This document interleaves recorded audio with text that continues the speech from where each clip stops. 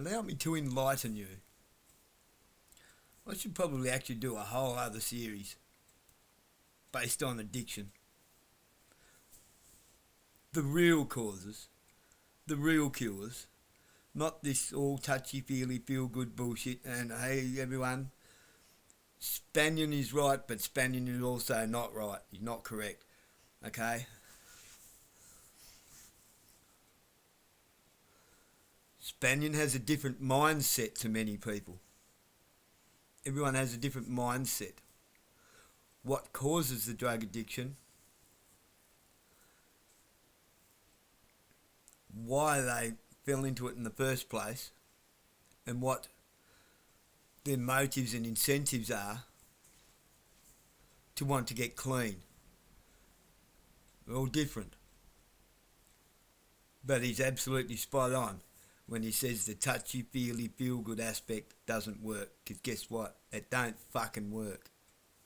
You do need, more often than not, you do need to hit rock bottom. But many people can't get back up. Why? Because they had fallen so hard it broke them.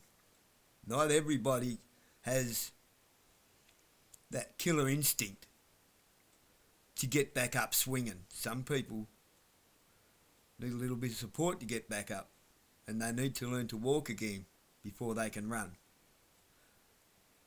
Not everyone has that walk into a room and own it attitude, that character trait. Not everyone has it.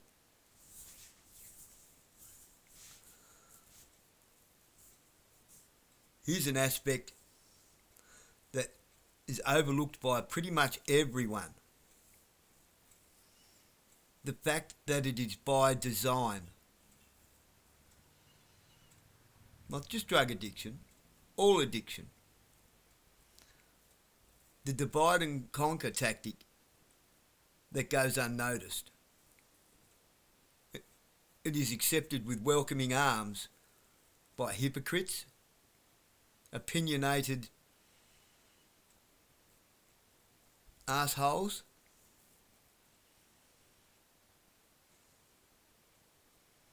willful ignorance, arrogance, self-importantness, self-righteousness. All of those people who suffer from those poor character traits are the people driving it, and they don't even know it. Most of those people are actually cerebrally challenged, mental and academically challenged lightweights.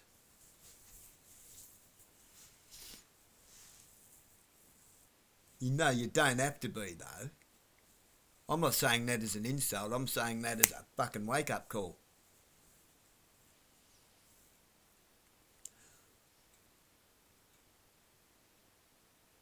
A gambling addict is in full control of his finances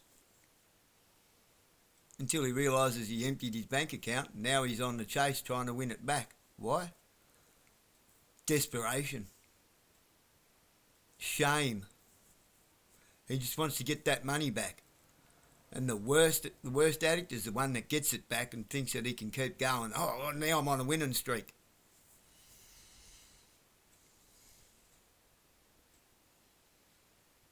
It's a psychological con. It's a home wrecker. It's a division, a segregation and a fragmentation of the family unit. Divide and conquer. The alcoholic. He's a jovial, fun, good fella. Till he goes home and beats up on his wife. Emotionally and psychologically damages his kids until they are afraid of him or hate him. And then he's lonely and his only friend is the bottle.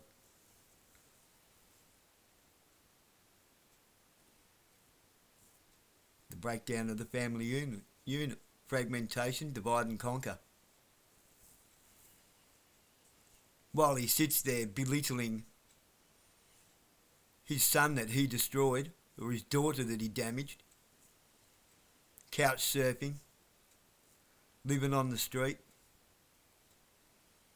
finding solace in the needle, because at least they're not an alcoholic.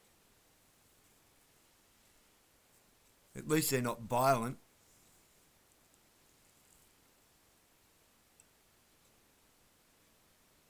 Eventually, the son stealing to support his habit, the daughter sucking cock for rock.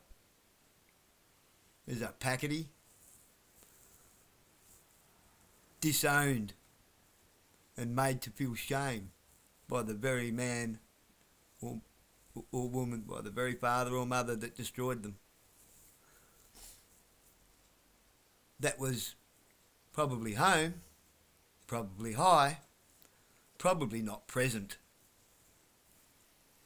The greatest present you can give to anyone this Christmas is your presence and forgiveness and acceptance. Because the greatest thing, or worst thing, the strongest energy for those people that they can't fight is the negative energy. That keeps them down. Loneliness. No one to give a fuck about them. What does it matter? I'm here now. I have nothing. I'm scarred from me wrist to me shoulder, and now I'm going in me neck. I've sold everything of my family's to cover my debts because I gambled it and pissed it up the wall. Nothing left to lose. I may as well stay here. Nobody likes me, and I hate everyone. I hate everyone because I paid the bills in this motherfucker, and you didn't appreciate it. Yeah, you also went home and beat up on your wife and psychologically traumatised your kids. But hey,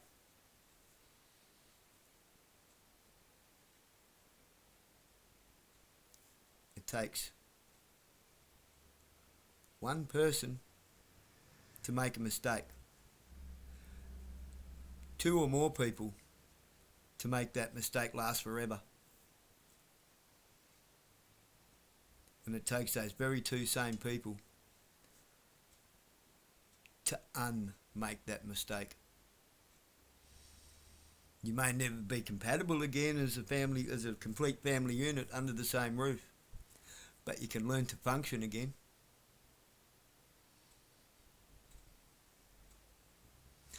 You can. Those of you who are holding those people down with your boot and don't even realise it, can take the boot off. It is okay to tell them that they can forgive themselves. By telling them you forgive them, you may not forgive their actions that they did in the past.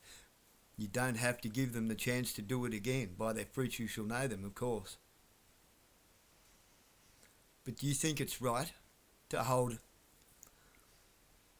a self-destructive mistake against someone their entire life so that they can never ever move on and become productive, maybe become a positive influence in your mutual responsibility of your children? Perhaps your children may have something to learn from that. Mine did. My children are the most moral, got their head screwed on people that I know, that I've ever met. They're going to go places without stepping on people to get there.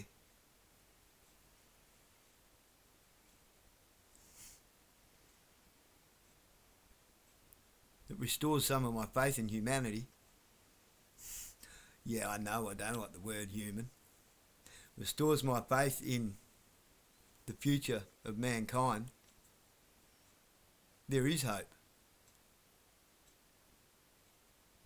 There is a way forward. There is a way upwards.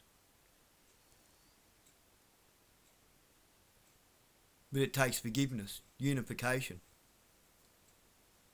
You see, what better way for a government to control people through the divide and conquer tactic than to completely destroy families by allowing the revolving door of, of, of legislature to keep people divided, to keep people judging one another instead of helping one another.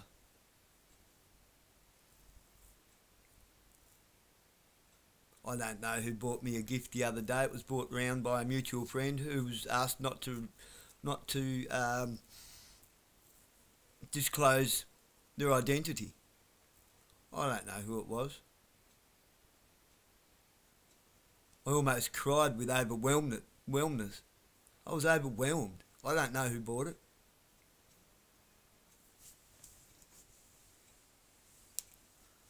I'll wrap it up there because I've got to ask a private number. Private number, eh? Sorry, I respect your privacy. I have no idea who you are.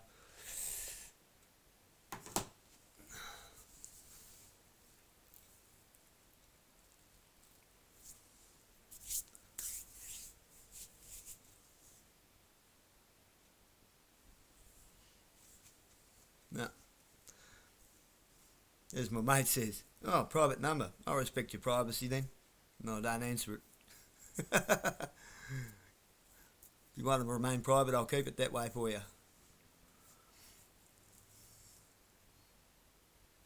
Where was I? Someone brought me a gift. I don't know who it was. It wasn't a cheap one either. It was everything that you could want to eat over Christmas, including a ham, which I gave that back to the middleman because we don't eat pork in this house. It's not food. Trust me, it's not food. It might look like food. Might sound like food. But it ain't food. It's bad for you. In more ways than you know.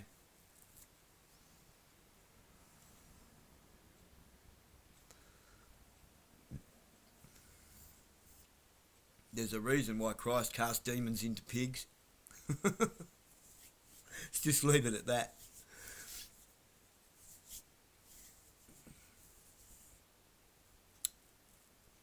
Oh, there's the other aspect.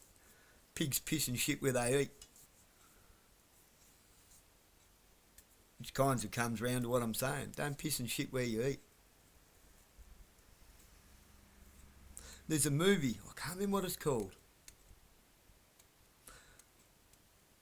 Well, Jason Statham, where he helps a nun to help a girl. He helps a sister who runs a soup kitchen to help a girl, to help a bunch of people.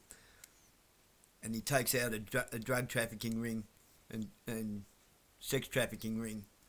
He comes from a damaged veteran, drives himself out, fixes the problem, and then disappears back into the night.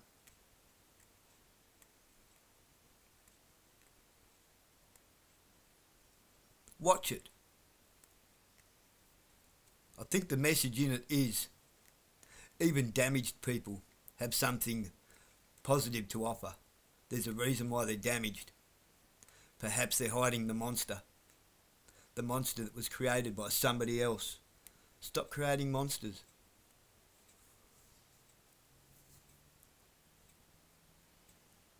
That's the message I got from the movie. The message chokes me up a bit. So I'm guessing that's the right message.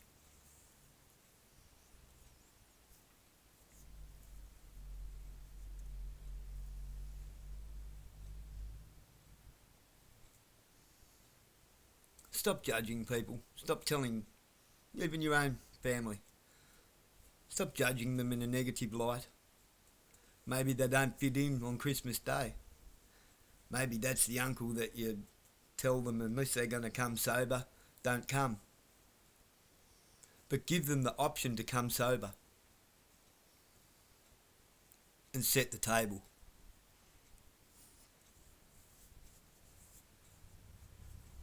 Who knows? That might be the greatest gift that you could receive.